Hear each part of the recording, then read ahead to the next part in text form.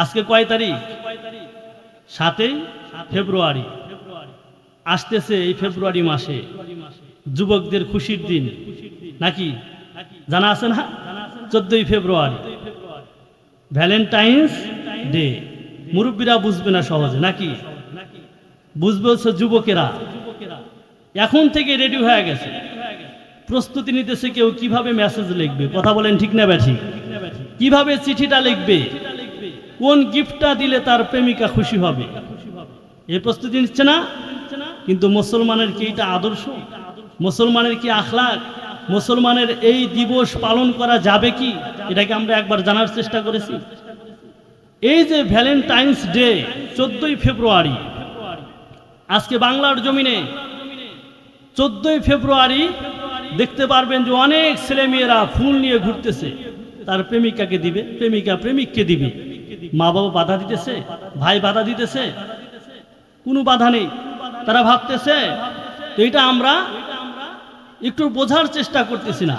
আজকে মুসলমান মনে করতেছে এটা আমাদের দিবস, কিন্তু এই দিবসটা কোথা থেকে আসলো? 14 ফেব্রুয়ারি ভ্যালেন্টাইন্স ডে, এই যে একটা দিবস আপনারা এখন পালন করতেছেন, এইটা আদৌ কি মুসলমানের দিবস নাকি বিধর্মীদের দিবস? কথা বলেন ঠিক না ব্যাঠি?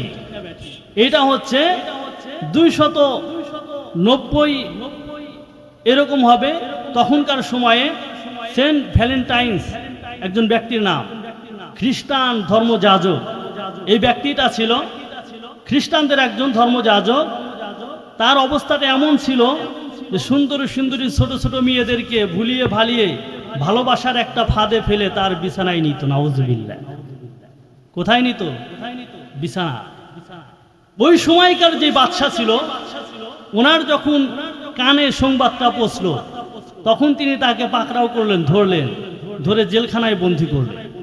জেলখানায় বন্দী করার পরে কারারক্ষী যে আছে তার মেয়ে, একটা মেয়ে ছিল অন্ধ মেয়ে। এই ধর্মযাজক আবার চিকিৎসকও ছিলেন। তিনি মেয়েটার চিকিৎসা করলেন। চিকিৎসা করার পরে কিছুটা সুস্থতা ফিরে পেল, মানে চোখে কিছুটা দেখতে পায়। এখন এর সঙ্গেও তার প্রেম হয়ে গেল। নাউজুবিল্লাহ।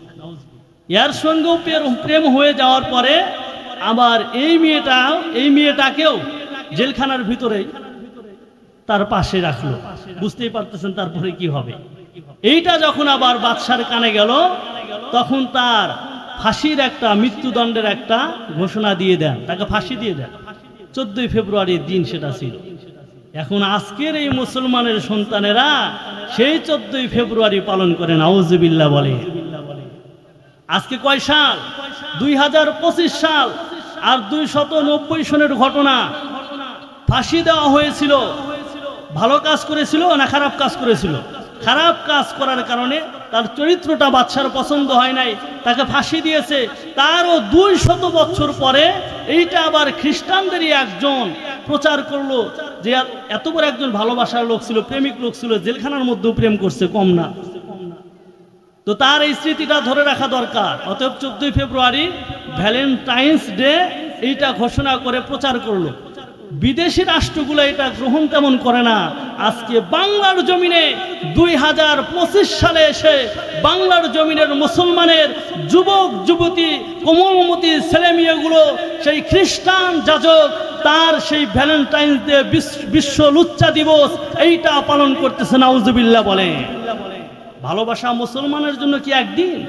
ভালোবাসা মায়ের সঙ্গে আছে, ভালোবাসা বাবার সঙ্গে আছে, ভালোবাসা ভাইয়ের সঙ্গে আছে, ভালোবাসা বোনের সঙ্গে আছে, ভালোবাসা সন্তানের সঙ্গে আছে। কথা বলেন ঠিক না ব্যাঠি? আমরা মুসলমান হিসাবে আমাদের ফলো করতে হবে হযরতে মুহাম্মদুর রাসূলুল্লাহ সাল্লাল্লাহু আলাইহি ওয়াসাল্লামকে। কথা বলেন ঠিক না ব্যাঠিক? সাহাবী হযরত আবু বকর সিদ্দিক রাদিয়াল্লাহু তাআলা আনহু, হযরত ওমর ফারুক রাদিয়াল্লাহু তাআলা আনহু, হযরত ওসমান গনি রাদিয়াল্লাহু তাআলা আনহু, হযরত আলী রাদিয়াল্লাহু তাআলা আনহু, আমাদের ফলো করতে হবে তাদেরকে। কথা বলেন ঠিক না ব্যাঠিক? কোনো খ্রিস্টান, ইহুদি, নাসারা, বৌদ্ধ এদেরকে আমরা ফলো করব না। কথা বলেন ঠিক না ব্যাঠিক? ভালোবাসার পিএইচডি যদি এইরকমই হতো, তাহলে আমাদের হুজুরদের মধ্যে আছে আবরারুল হক আসিফ 1 নম্বরে থাকতো। কথা বলেন ঠিক না ব্যাঠি? লাখ লাখ মেয়েরা তার প্রেমের প্রস্তাব দেয়। কথা বলেন ঠিক না ব্যাঠি? এটা জায়েজ আছে নাকি?